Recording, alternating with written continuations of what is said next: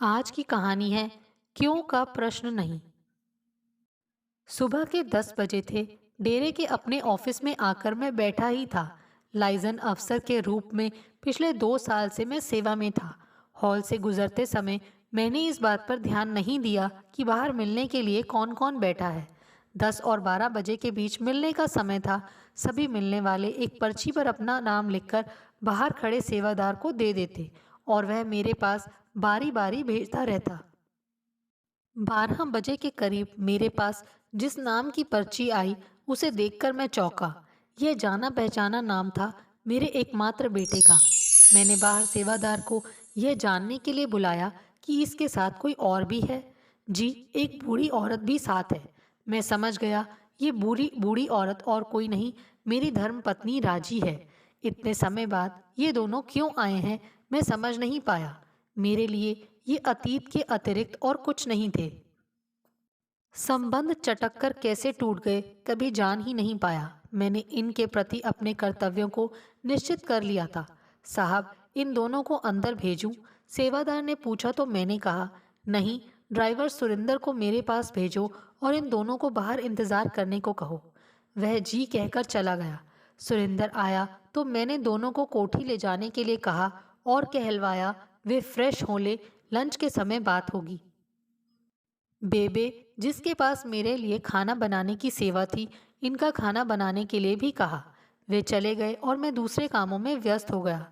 Lunch हम तीनों ने चुपचाप किया। फिर मैं उनको स्टडी रूम में ले आया। दोनों सामने की कुर्सियों पर बैठ गए और मैं भी बैठ गया। गहरी नज़रों से देखने के बाद मैंने पूछा, तकरीबन 2 साल बाद मिले हैं, फिर भी कहिए मैं आपकी क्या सेवा कर सकता हूँ। भाषा में ना चाहते हुए भी रूखापन था। इसमें रिश्तों के टूटने की बू थी। डेरे की परंपरा को निभा पाने में शायद मैं फेल हो गया था। सबसे प्यार से बोलो, मीठा बोलो, चाहे वह तुम्हारा कितना ही बड़ा दुश्मन क्यों ना हो। देखा, राजी के होंठ फड़फड़ाए। निराशा से सिर हिलाया, परंतु कहा कुछ नहीं। बेटे ने कहा, मैं मम्मी को छोड़ने आया हूँ। क्यों? मन भर गया। जीवन भर पास रखने और सेवा करने का जो वादा और दावा मुझे घर से निकालते समय किया था, उससे जी भर गया। या अपने ऊपर से माँ का बोझ उतारने आए हो, या मुझ पर विश्वास करने लगे हो कि मैं चरित्रहीन नहीं हूँ। थोड़ी देर वह शांत रहा, फिर बोला, आप चरित्रहीन कभी थे ही नहीं। मैं अपनी पत्नी सुमन की बातों से बहक गया था। उसने अपनी बात इस ढंग से रखी, मुझे यकीन करना पड़ा कि आपने ऐसा किया होगा। मैं तुम्हारा जन्मदाता था, पाल पोस कर तुम्हें बड़ा किया था, पढ़ाया लिखाया था। बचपन से तुम मेरे हाव भाव, विचार व्यवहार, मेरी अच्छाइयों और कमजोरियों को देखते आए हो। तुमने कल की आई लड़की पर यकीन कर लिया, पर अपने पिता पर नहीं। और राजी, तुमने तो मेरे साथ 35 वर्ष गुजारे थे। तुम भी मुझे जान नहीं पाई। तुम्हें भी यकीन नहीं हुआ। जिस लड़की को बहू के रूप में बेटी बनाकर घर में लाया था, क्या उसके साथ में ऐसी भद्दी हरकत कर सकता था? 7 जन्मों का साथ तो क्या निभाना था, तुम तो एक जन्म भी साथ ना निभा पाई। तुम्हारी बहनें तुमसे और सुमन से कहीं ज्यादा खूबसूरत थी। मैं उनके प्रति तो चरित्रहीन हुआ नहीं, उस समय तो मैं जवान भी था। तुम्हें भी यकीन हो गया।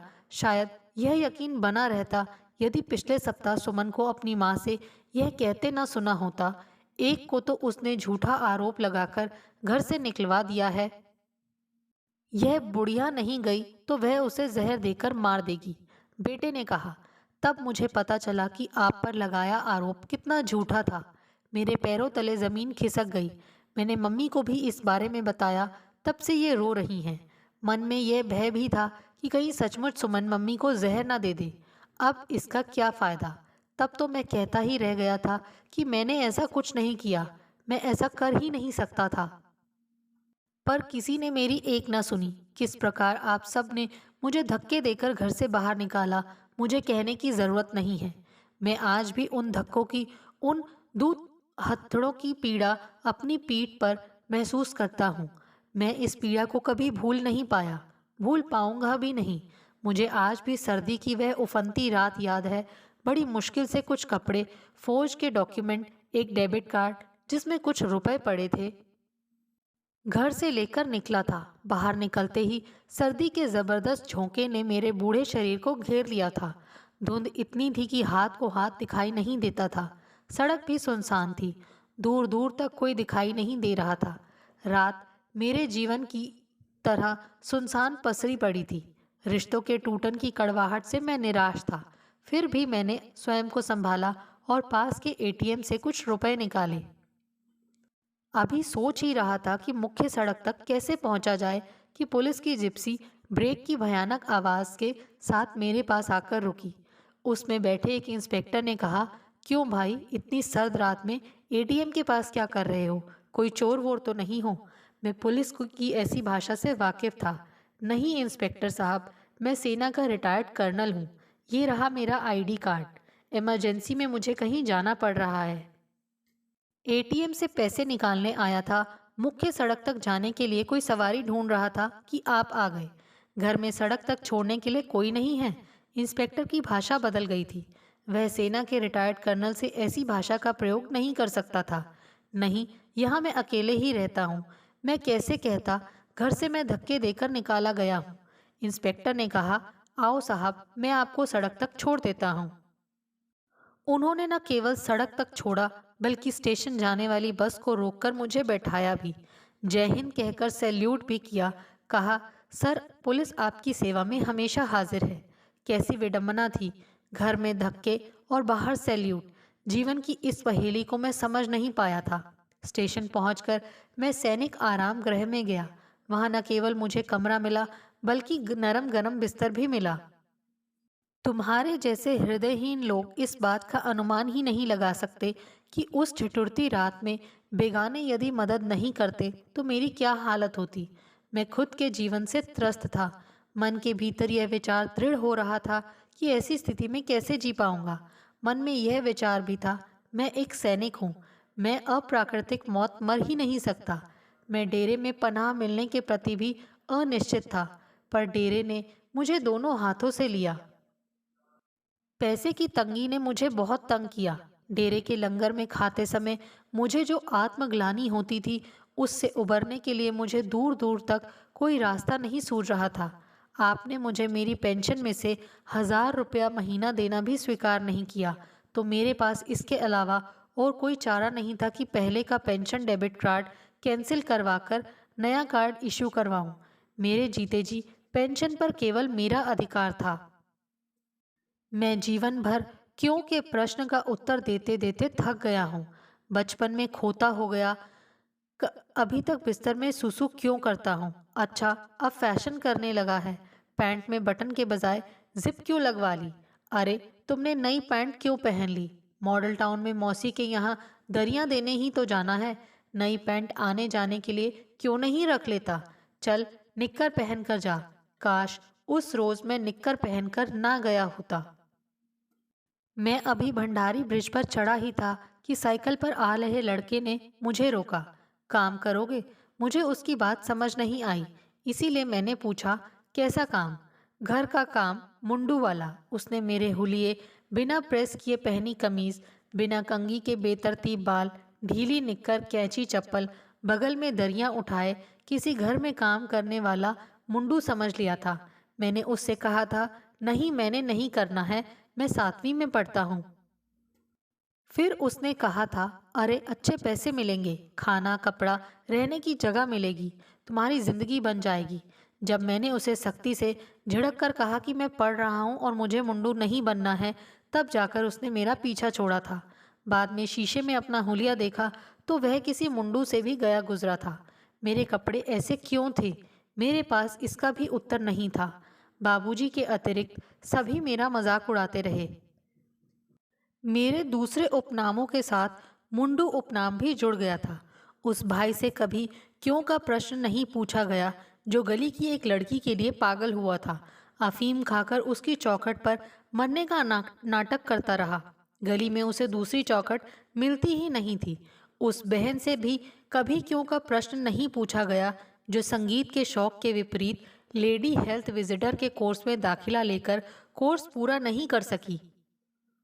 पैसा और समय बर्बाद किया और परिवार को जबरदस्त नुकसान पहुंचाया। उस भाई से भी क्यों का प्रश्न नहीं किया गया जो पहले नेवी में गया, छोड़कर आया, पढ़ने लगा, किसी बात पर झगड़ा किया तो फौज में चला गया, वहां बीमार हुआ, फौज से छुट्टी हुई, फिर पढ़ने लगा, पढ़ाई फिर भी पूरी नहीं की। सबसे छोटे ने तो परिवार की लुटिया ही डुबो दी। मैंने बाबूजी को चुपके चुपके रोते देखा था। मैं पढ़ने में इतना तेज नहीं था। मुझ पर प्रश्नों की बौछार लगा दी जाती। पढ़ना नहीं आता तो इसमें पैसा क्यों बर्बाद करे रहे हो? इस क्यों का उत्तर उस समय भी मेरे पास नहीं था और आज भी नहीं है। 17 साल की उम्र में फौज में गया तो वहां भी इस क्यों ने मेरा पीछा नहीं छोड़ा। सही होता तो भी क्यों का प्रश्न किया जाता और सही ना भी होता तो भी। 11 साल तक तन मन धन से घर वालों की सेवा की। परिवार छूटते समय मेरे समक्ष फिर यह क्यों का प्रश्न था कि मैंने अपने लिए क्यों कुछ बचाकर नहीं रखा। तुमसे शादी हुई पहली रात तुम्हें कुछ नहीं दे पाया। मुझे पता ही नहीं था कि कुछ देना होता है। पता होता भी तो दे नहीं पाता। मेरे पास कुछ था ही नहीं।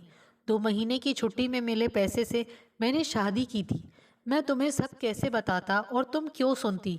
बताने पर शायद कहती ऐसा था तो शादी क्यों की।